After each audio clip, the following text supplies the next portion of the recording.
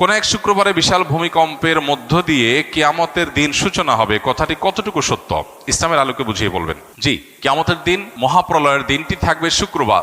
এটি বিশুদ্ধ হাদিসে বর্ণিত হয়েছে, নবী সাল্লাল্লাহু আলাইহি ওয়াসাল্লাম থেকে সুসাব্যস্ত হয়েছে। শুক্রবারের ফজিলত সংক্রান্ত একটা হাদিসে জুমার দিনে কি কি হয়েছে এবং কি কি হবে সেগুলো বলতে গিয়ে একটা পর্যায়ে এই দিনেই কিয়ামত প্রতিষ্ঠিত হবে বা মহাপ্রলয় হবে, যখন সৃষ্টি জগতের সব কিছুকে আল্লাহ তাআলা ধ্বংস করবেন, আবার পুনরায় মানুষকে, প্রাণী জগৎকে আবার সৃষ্টি করে সবার হিসাব নিকাশের মুখোমুখি